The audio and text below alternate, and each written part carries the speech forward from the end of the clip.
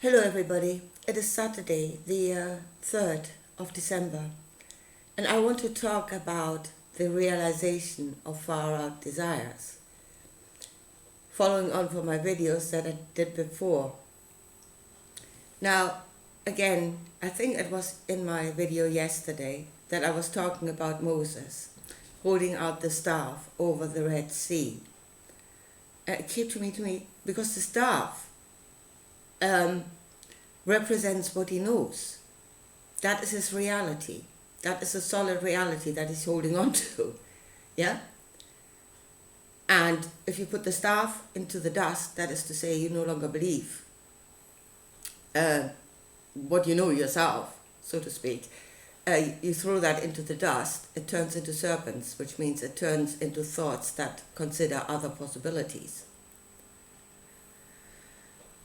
So, but what was important to me was why?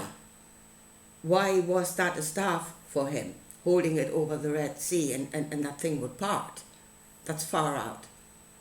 Yeah? How did he make that a knowing?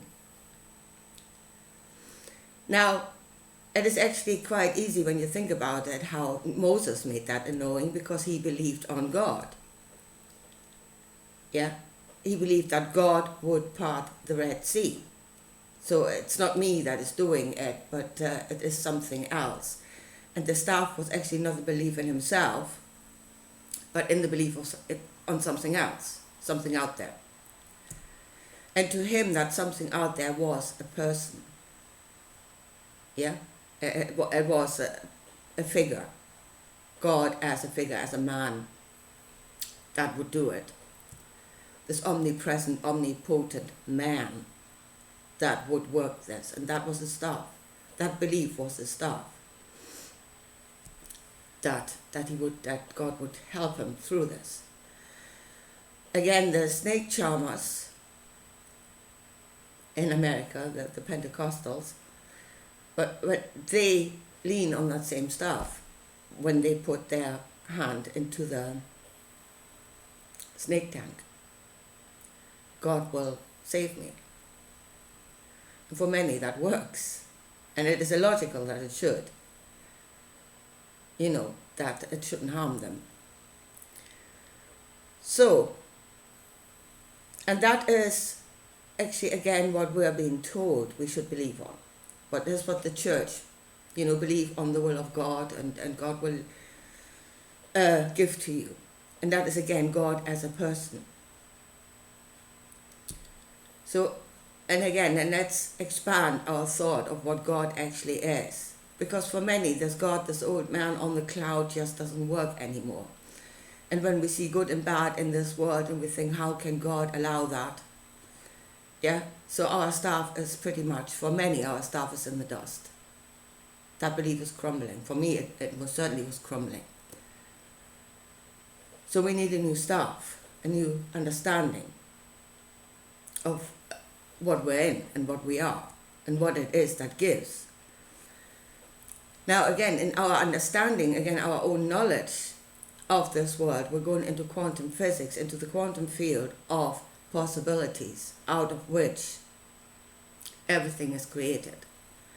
So we're going away from the God, the one person, in whose will must be done, to we are in the Creator. And that was again the view of Jesus, of the Father. In him, with him, everything is possible. He is within you. He's outside of you. You are him. And he gives. And in him there's no judgment. That was Jesus' view of God. Not God as a person, but God as all. As the field. Now, yesterday I was thinking about, again, far out. Even if you go into the field, yeah? So you see yourself as the thing that receives out of the field. And again, there's some things you would consider far out. What do I ask for? And there it came to me yesterday that our perception of what is far out is actually according to us. It is according to the knowledge that we have of this world, and that is physics, biology, chemistry, all of those things, scientific knowledge. So if you go against, again, the scientific knowledge, you're going far out. In your head, you're going far out.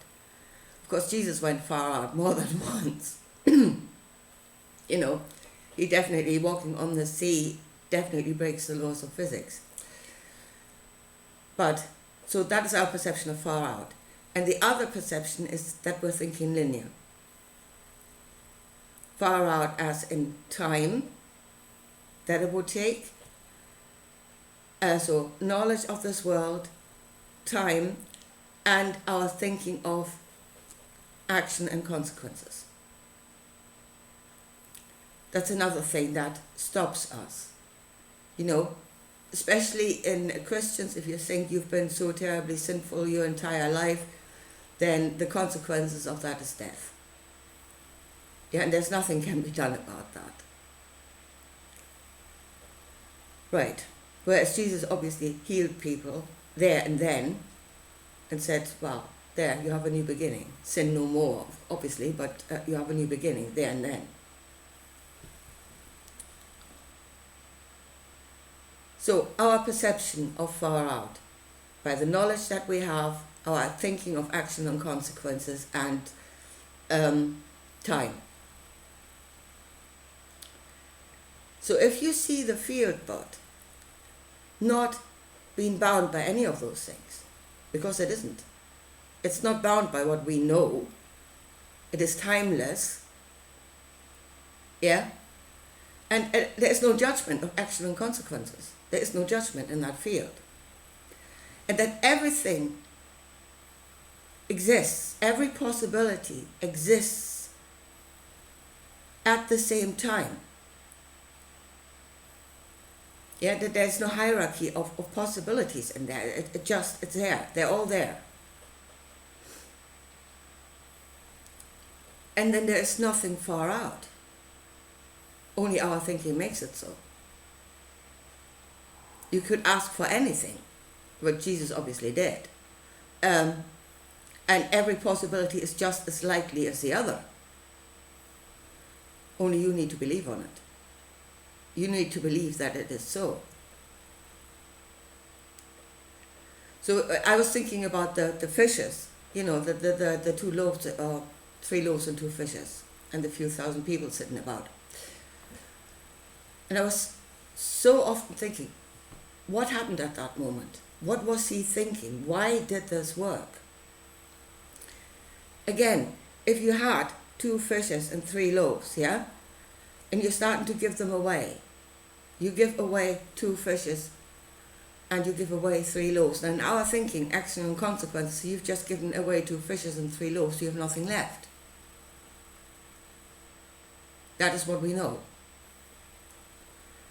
But if at any moment you knew there were 2 fishes and 3 loaves there, and it was completely independent of your linear action of giving them away, completely independent of that, nothing to do with that.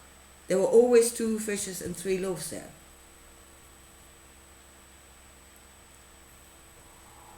So you've gotten yourself out of linear thinking and out of the thinking of action and consequence.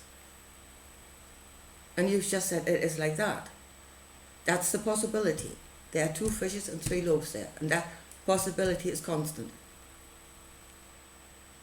It doesn't change.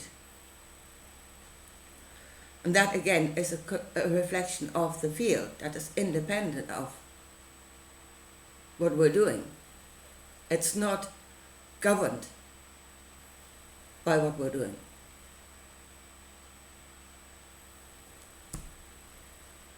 The only thing that governs what is happening to us is our knowledge. Because it is not like we wouldn't be given, we are blocking it. Because we're saying that is not possible. And there, very much, the rational mind is standing in pride. because it is saying, well, this is how it is and it cannot be any other way. I am all. What I know is all. And it cannot be any other way. And that's really the intellect standing in pride, saying it knows it all. And thereby it cannot receive of other possibilities.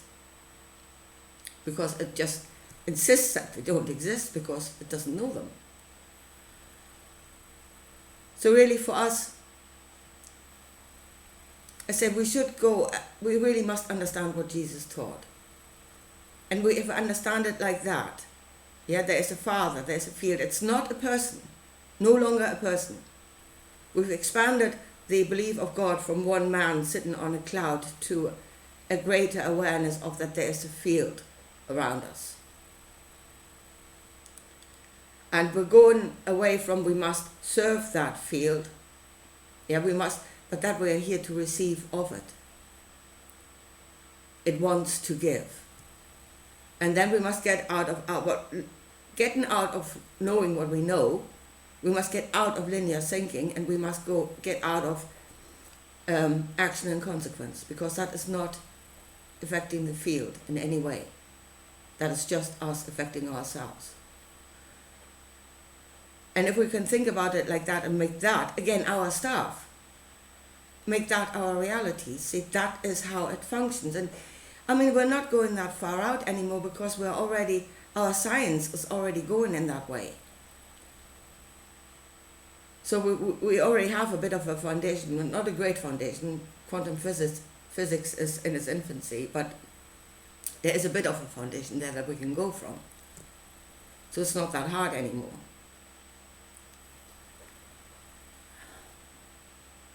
And just try to make that your stuff, make that how you think reality works. That is reality. That is the greater part of reality, and it is real. And then again, be careful what you wish for. Because although there is no consideration of consequences in the field, it doesn't judge. There very much are consequences in this world that you are the judge of. So be careful what you wish for. But I think I leave it at this for today. But that is just a different way of looking at it, and how far out desires, if you look at it in this way, they're actually not far out at all. Everything is as likely as everything else. It is just our knowing that makes it different. Anyway, I leave it at that for today, and I'll speak to you again soon. Bye.